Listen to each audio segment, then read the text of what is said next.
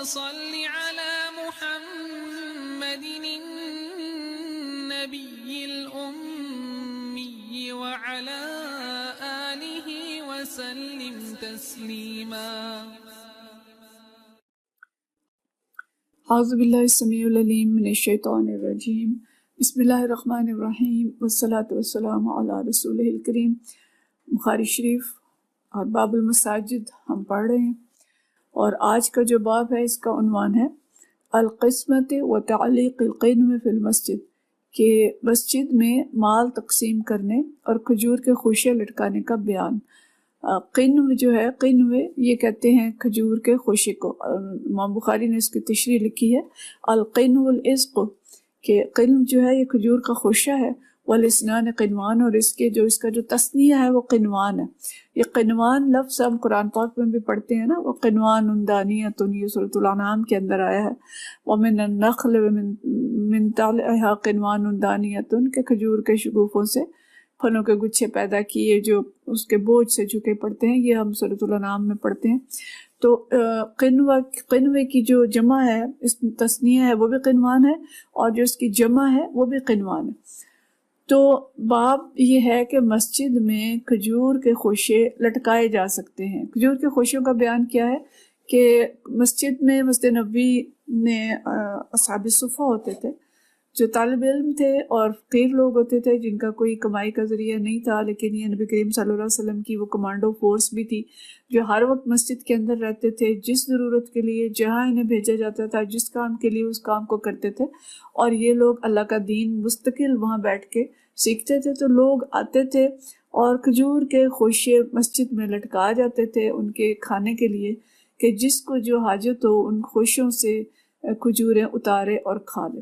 تو عنوان یہ لگایا ہے امام بخاری نے کہ مسجد کے اندر کھجور کے خوشے لٹکائے جا سکتے ہیں، اور اس کے ذیل میں پھر وہ حدیث لائے ہیں جس میں مزید کام مسجد کے اندر کرنے کا بیان ہے. اچھا، اب یہاں ہم حدیث پڑھنے سے پہلے کچھ چیزیں کلیئر کر لیں کہ اب جو عنوانات شروع ہو رہے ہیں آگے، اس میں ہم دیکھیں گے کہ نبی کریم صلی اللہ علیہ وسلم کے دور میں مسجد نبوی میں کیا کیا کام ہوتے تھے. آج چونکہ ہم مسجد کو صرف ایک عبادت گاہ کے طور پہ جانتے ہیں جہاں 5 وقت کی نماز پڑھائی جاتی ہے اور جمعہ کا خطبہ ہوتا ہے، کہیں کہیں اس کے علاوہ بھی درس و تدریس مساجد کے اندر ہوتا ہے، اور بعض مساجد کے ساتھ ویسے الگ سے مدرسے بھی قائم ہیں.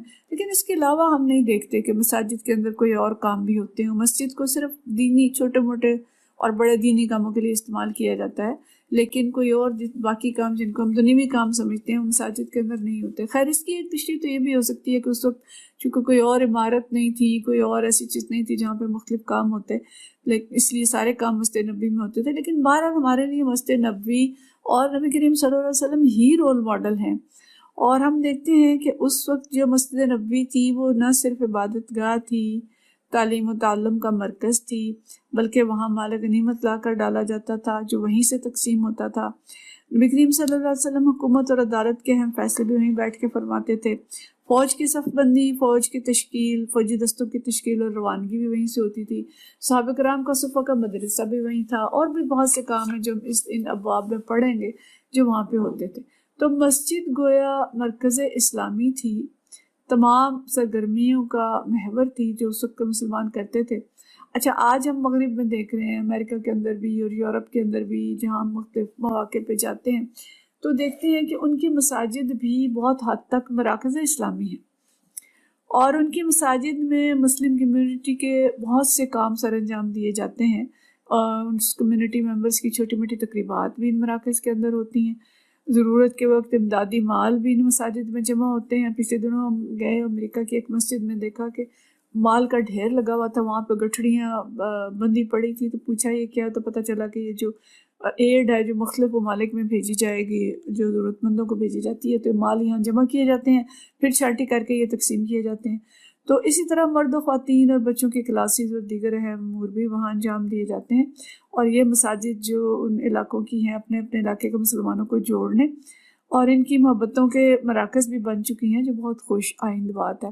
تو یہ ہمارے لیے ایک بہت ہی انفارمیٹیو لیکچرز ہوں گے اگر ہم ان پہ غور کریں کہ یہ حدیث ہمیں بتائیں گی کہ مساجد کے دیگر استعمال کیا ہو سکتے ہیں، اور ظاہر ہے یہ فیصلہ تو علماء ہی کریں گے کہ کس علاقے کی مسجد میں کیا کام ہوگا، لیکن ہمارے سامنے ایک نمونہ آ رہا ہے کہ اس نمونے کو ہم دیکھیں اور پھر ہم سوچیں کہ مسجد کو کس طرح کا مرکز ہونا چاہیے۔ تو آئیے حدیث دیکھتے ہیں۔ آج کی حدیث نمبر 411 ہے، اور یہ حدیث حضرت انس رضی اللہ تعالیٰ عنہ سے روایت ہے۔ عن انس رضی اللہ عنہ قال، فرماتے ہیں اوتی النبی صلی اللہ علیہ وسلم بمال من البحرین، کہ نبی کریم صلی اللہ علیہ وسلم کے پاس لایا گیا مال بحرین سے۔ اب بحرین، یہ تشریح ہم آگے پڑھتے ہیں، پہلے ہم ایک دفعہ حدیث پڑھ لیں۔ فقال، تو آپ صلی اللہ علیہ وسلم نے فرمایا انصروہ فی المسجد، اس کو مسجد میں پھیلا دو۔ وکان اکثر مال اوتی بہ رسول اللہ صلی اللہ علیہ وسلم، اور یہ جو مال اب تک لائے گئے تھے ان میں سے سب سے زیادہ مال تھا جو اب تک آپ کی خدمت پیش کیے گئے تھے۔ فخرج رسول اللہ صلی اللہ علیہ وسلم الی الصلاۃ، پھر نبی کریم صلی اللہ علیہ وسلم نماز کے لیے نکلے۔ ولم یلتفت الیہ، تو آپ صلی اللہ علیہ وسلم نے اس کی طرف آنکھ اٹھا کر بھی نہیں دیکھا۔ فلما قضى الصلاۃ، جب نماز پوری کر لی، جاء، آپ تشریف لائے، فجلس الیہ، پھر اس کے پاس بیٹھ گئے۔ فما کان یری احدا الا اعطاه، پھر کسی جس کو دیکھا اس کو وہ مال عطا فرمایا۔ اذ جاءه العباس، فجاءت عباس رضی اللہ تعالیٰ عنہ تشریف لائے، فقال یا رسول اللہ اعطنی، فرمایا یا رسول اللہ صلی اللہ علیہ وسلم سے کہ مجھے بھی دیجیے۔ فإنی فادیت نفسی وفادیت عقیلا، کہ میں نے اپنا فدیہ بھی دیا تھا اور حضرت عقیل کا فدیہ بھی دیا تھا۔ یہ جنگ بدر میں انہوں نے فدیہ دیا تھا جب وہ قیدی بن کے آئے تھے۔ فقال له رسول اللہ صلی اللہ علیہ وسلم، تو ان سے رسول اللہ صلی اللہ علیہ وسلم نے فرمایا خذ، لیجیے۔ فحصا فی صبی، تو انہوں نے اپنے اس کپڑے میں اس مال کو ڈال لیا۔ ثم ذهب يقله فلم يستطع، پھر اس کو اٹھانا چاہا تو اٹھا نہ سکے۔ فقال، اور فرمایا یا رسول اللہ مر بعضهم يرفعه الی، کسی کو حکم دیجئے کہ مجھے کوئی بوجھ اٹھو، یہ جو مال ہے یہ اٹھوا دے۔ قال اللہ، نے فرمایا نہیں۔ قال فرفعوه انت علی، کہ آپ میرے لیے اٹھوا دیجئے۔ قال اللہ، فرمایا نہیں۔ فنصر منہ، پھر اس میں سے کچھ کم کیا۔ ثم ذهب يقله، پھر چاہا کہ اس کو اٹھا لیں۔ قال، نہیں اٹھایا گیا۔ فقال یا رسول اللہ مر بعضهم يرفعه الی، پھر کہا کہ کسی سے کہیے مجھے مال اٹھوا دے۔ قال اللہ، فرمایا نہیں۔ قال فرفعوه، قال آپ اٹھوا دیجئے۔ فرفعوا انت علی، قال اللہ، فرمایا نہیں۔ دوسری دفعہ بھی فرمایا کہ نہیں۔ فنصر منہ، پھر اس میں سے کچھ کم کیا۔ ثم احتملہ، پھر اس کو اٹھا لیا۔ فالقاہ علی کاہلہ، پھر اس کو اپنے کندھے پہ ڈال دیا۔ ثم انطلق، پھر وہاں سے چلے گئے۔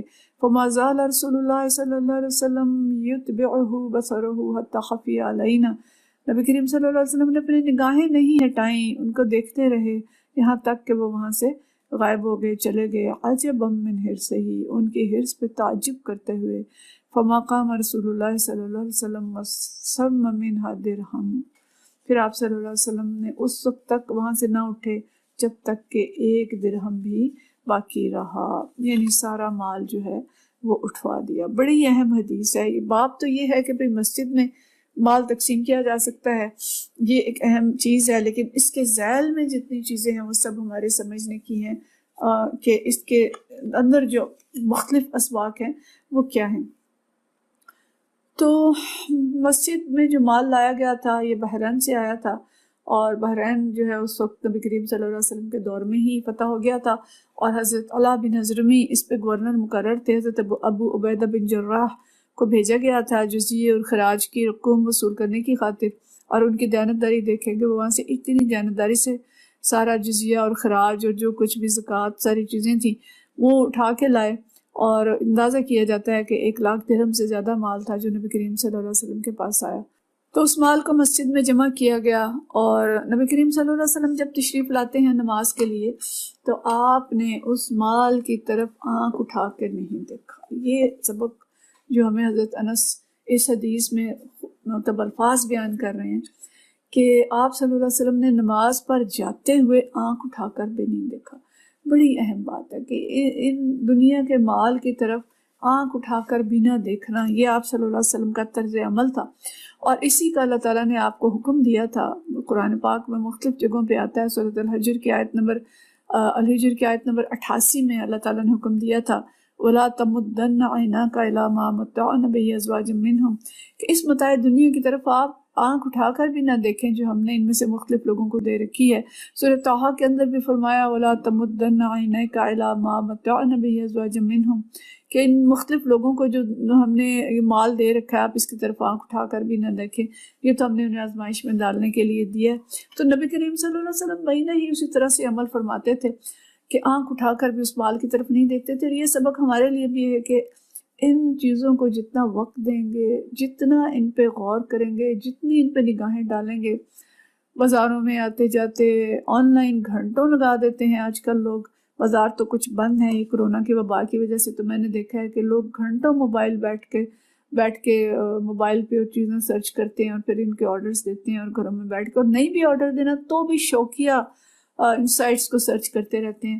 تو عزیز بہنوں، جتنے اس مال کی طرف ہم آنکھیں اٹھا کے دیکھیں گے، جتنی گفتگویں کریں گے، جتنے کپڑے، گاڑیاں، گھر کی ڈیکوریشن، جتنی ہماری گفتگویں ان پہ ہوں گی، جتنی نظریں ان کے اوپر ہوں گی، اتنی ہی عبادات متاثر ہوں گی، اتنی توجہ ادھر ہوگی، وقت ادھر لگے گا اور ہم آخرت سے غافل ہوں گے۔ تو پہلا سبق ہمارے لیے یہ بنتا ہے کہ ان چیزوں میں کم سے کم وقت لگائیں، اور ان کو مال کے ڈھیر نہیں ہے جن کی طرف آنکھ اٹھا کے دیکھیں گے، لیکن میں سمجھتی ہوں کہ یہ جو موبائل سائٹس کے اوپر ہیں، یہ جو میں روز نوٹیفیکیشن پتہ نہیں کتنے کس حساب سے آتے ہیں، یہ وہی ڈھیر ہیں جن کی طرف ہمیں متوجہ کیا گیا ہے کہ ان کو آنکھ اٹھا کر بھی نہ دیکھیں، جو نوٹیفیکیشن آئیں ان سے گزر جائیں، ان کو نہ کھولیں اور بغیر ضرورت کے ہم ان چیزوں کو نہ دیکھیں۔ تو نبی کریم صلی اللہ علیہ وسلم نے آپ نے ان چیزوں کو بالکل نہیں دیکھا، اور پھر جب نماز پڑھ کے آئے ہیں پھر پاس بیٹھے ہیں، دیکھنے کی غرض سے نہیں، اس کو تقسیم کرنے کی غرض سے، اور پھر جس کسی کو بھی دیکھا کہ کوئی حاجت مند ہے تو اس کو دیتے گئے۔ یہ ہمارے لیے ایک اگلا سبق ہے کہ مثالی حکمران تھے۔ بیت المال کا مال عوام کے لیے ہے، ان کی ضروریات کے لیے، ان کے اوپر خرچ کرنے کے لیے ہے، یہ ان کے اندر تقسیم کرنے کے لیے حکمران کی ذمہ داری بنتی ہے کہ جو کوئی مال آیا ہے بیت المال میں اور لوگ ضرورت مند ہیں، لوگ خودکشیاں نہیں کر رہے، لوگ بھوک سے مر نہیں رہے، ایسی کیفیت نہیں ہے، لیکن ان کی ضروریات کا پتہ ہے اور ان کے اندر اس سارے مال کو تقسیم کر دیں۔ یہ نہیں کہ اپنے لیے تو محل ہوں اور بڑے بڑے یعنی اپنی ضروریات کے لیے تو بہت کچھ ناجائز اور حرام بھی جمع کر رکھا ہو، لیکن لوگ جو ہیں ان کی کیفیات کیا ہیں آج ہم اپنے ملک کے اندر اور دنیا کے اندر دیکھ رہے ہیں۔ جو حکمرانوں کے رویے ہیں، عوام مفلوق الحال ہیں، اور حکمرانوں کی جائیدادیں دور دور تک دوسرے ممالک میں پھیلی ہوئی ہیں۔ تو رول ماڈل ہمارے سامنے کیا ہے کہ آپ صلی اللہ علیہ وسلم اس مال کے سرانے آ کے بیٹھ گئے، جو آتا گیا فما کان یری احد الا اعطاہ، کسی کو نہیں دیکھا ایسا کہ جو آیا اور اس کو دیا نہ، اس سب کو دے رہے ہیں اور دیتے جا رہے ہیں۔ اور اسی دوران حضرت عباس رضی اللہ تعالیٰ عنہ تشریف لے آئے، آپ کے چچا ہیں، بہت پیارے چچا ہیں، بہت محبت کرتے تھے اور بڑی خدمات ہیں دین کے لیے ان کی، لیکن ضرورت مند تھے۔ تو آئے اور کہنے لگے کہ مجھے بھی دیجیے۔ اور مزے کی بات ہے کہ جو فدیہ انہوں نے دیا تھا اپنا اور حضرت عقیل بن ابی طالب کا، جو دونوں قیدی ہو کے آئے تھے جنگ بدر میں، تو اس کا ذکر کر رہے ہیں کہ میرے پاس جو مال تھا میں نے فدیے میں دے دیا۔ ظاہر ہے وہ دور بڑا مشکل دور تھا جس وقت یہ مال آئے ہیں، اس وقت کوئی ایسی ریل پیل نہیں تھی مال کی، تو سب صحابہ کرام جو ہیں وہ ضرورت مند تھے، تو کچھ جو ہیں وہ بورڈلی کہہ لیتے تھے اور سب کے سب اس طرح کہہ نہیں سکتے تھے۔ تو حضرت عباس چونکہ چچا بھی تھے، ایک رشتے کا تعلق تھا، اور بولڈ اور بہت ماشاءاللہ بڑے قد جسامت والی شخصیت تھے، لیکن بہت خدمات تھی، فتح مکہ سے پہلے بھی ان کی دین کے لیے خدمات تھی اور بعد میں بھی، اور جنگ بدر میں بھی نبی کریم صلی اللہ علیہ وسلم کو چونکہ علم تھا کہ انہیں مجبور کر کے لایا گیا، تو آپ نے حکم دے رکھا تھا کہ ان کو قتل نہیں کیا جائے گا۔ اور بعض علماء نے یہ بھی لکھا ہے کہ وہ فتح مکہ سے پہلے ایمان لے آئے تھے، لیکن انہیں اپنا ایمان مخفی رکھنے کا کہا گیا تھا تاکہ وہ وہاں رہ کے ان کفار کی خبریں بھی پہنچائیں اور دین کی خدمت کے لیے، اور جو دیگر مسلمان کمزور مسلمان پہ ہیں وہاں ان کے لیے بھی وہ ایک مدد اور سہارا کا باعث بنے۔ بہرحال یہ چیزیں ہیں جو ہمیں معلوم نہیں ہے کہ ان کے جو پوری تفصیلات ہیں وہ کیا ہیں، لیکن یہ چیز ہمیں کتابوں میں لکھی ہوئی ملتی ہے کہ حضرت عباس جو ہے ان کا یہ والا رول بھی تھا۔ تو بہت بڑے صحابی تھے، ضرورت مند تھے، تو کہا مجھے بھی دیجیے۔ اب کیا ہوا کہ اب نبی صلی اللہ علیہ وسلم نے خود نہیں دیا، فرمایا لے لیں، خود لے لیا، کپڑا لیا، بچھایا، مال اتنا بھر لیا کہ اب اٹھایا نہیں جا رہا۔ تو فرماتے ہیں کہ مجھے اٹھوا دیجیے، کسی کو حکم دیجیے کہ مجھے اٹھوا دے۔ آپ نے فرمایا نہیں، ٹھیک ہے، انداز تعلیم۔ فرمایا اچھا آپ اٹھوا دیجیے، فرمایا نہیں، لا کہ اتنا لیں جتنا اٹھا سکتے ہیں۔ یہ جملہ نہیں بولا، مقصد کیا تھا، یہ انداز تربیت دیکھیں۔ تو انہوں نے پھر کچھ مال نکالا، پھر اٹھانا چاہا، پھر نہیں اٹھا سکے، پھر کہا کہ کسی سے کہیے کہ مجھے اٹھوا دے، فرمایا نہیں. اچھا آپ اٹھوا دیجیے، فرمایا نہیں. تو پھر کم کیا، پھر تیسری دفعہ اتنا ہو گیا کہ اس کو خود اٹھا لیا، کندھے پہ ڈالا اور چلے گئے. اب انداز تربیت آپ صلی اللہ علیہ وسلم کا بہترین ہے، نہ ڈانٹا نہ ڈپٹا، نہ کوئی اس وقت حکم دیا، نہ کوئی ایسا انداز اختیار کیا کہ ان کو برا لگے. دیکھیں سمپلی کہہ رہے ہیں، اپنی آنکھوں سے کہہ رہے ہیں، اپنے انداز سے کہہ رہے ہیں کہ دنیا کا مال اتنا لیں جتنا بوجھ اٹھا سکتے ہیں، جس کا حساب آسانی سے دے سکتے ہیں. اور یہی دعا اپنے لیے نبی کریم صلی اللہ علیہ وسلم کرتے تھے کہ اللہ مجھے مال بقدر کفاف عطا فرمانا. تو پھر نبی کریم صلی اللہ علیہ وسلم وہاں بیٹھے رہے جب تک کہ ایک درہم بھی باقی نہ رہا، سارے میدان کو صاف کر کے تو وہاں سے اٹھے. تو بڑی اہم حدیث ہے، اور ہمیں معلوم ہوتا ہے اس میں جو اسباق ہیں کہ مسجد کا استعمال دیگر مقاصد کے لیے بھی ہو سکتا ہے، اور اس کے لیے بہرحال طے کریں گے کس علاقے میں کس مسجد کا کتنا اور کیا استعمال ہوگا. اور سرکاری خزانے میں جو کچھ ہو، حکمرانوں کا کام ہے کہ وہ مال حاجت مندوں میں تقسیم کریں، لوگ بھوکے نہ مر رہے ہوں، مال بیت المال کے اندر جمع نہ ہونا حکمرانوں کی تجوریوں میں ہو، بلکہ لوگوں کی ضروریات کا خیال رکھا جائے اور اس میں ان کو تقسیم کیا جائے. نبی کریم صلی اللہ علیہ وسلم کا زہد اور دنیا سے بے رغبتی ہمیں پتہ چلتی ہے، وہی ہمارے لیے رول ماڈل ہے. اور آپ صلی اللہ علیہ وسلم کی شان سخاوت پتہ چلتی ہے، کتنے سخی تھے، کیسے عطا فرماتے تھے، ایک درہم بھی اپنے لیے بچا کے نہیں رکھا. اور یہ سخاوت ہمارے لیے رول ماڈل ہے کہ ہمیں بھی اسی طرح سے سخاوت کی کوشش کرنی چاہیے. اور اموال صدقات اور اموال غنیمت جن میں تمام مسلمان شریک ہوں، ان کو مساجد میں رکھا جا سکتا ہے اور وہاں سے ان کو تقسیم کیا جا سکتا ہے. اور امام مالک سے کسی نے سوال کیا تھا کہ مسجد میں رکھے ہوئے پانی کو پیا جا سکتا ہے، تو آپ نے فرمایا ہاں، اس لیے کہ وہ لوگوں کی پیاس دور کرنے کے لیے رکھا جا سکتا ہے. تو مساجد کے اندر لوگوں کی ضروریات کے خوشیاں لٹکانا، مثال کے طور پہ مساجد میں لوگوں کی ضرورت کے لیے کوئی کھانا رکھنا، کوئی افطاری رکھنا، کوئی اور چیز جو وہاں کے ضرورت مند ہیں ان کو دینا، پانی کا بندوبست کرنا، یہ سب چیزیں جائز ہیں، اس میں کوئی حرج نہیں ہے. لیکن بین السطور جو سبق ہمیں دیے جا رہے ہیں ان سب اسباق کو ہم سمجھیں. اور اگر میں آج کا سوال آپ کے سامنے رکھوں تو اس پہ غور کریں کہ نبی کریم صلی اللہ علیہ وسلم نے اس مال کو آنکھ اٹھا کر کیوں نہ دیکھا تھا؟ اگرچہ مال حلال تھا، حرام نہیں تھا، جائز تھا، لیکن آپ صلی اللہ علیہ وسلم نے اس کی طرف نگاہ بھی نہ اٹھائی. کیوں؟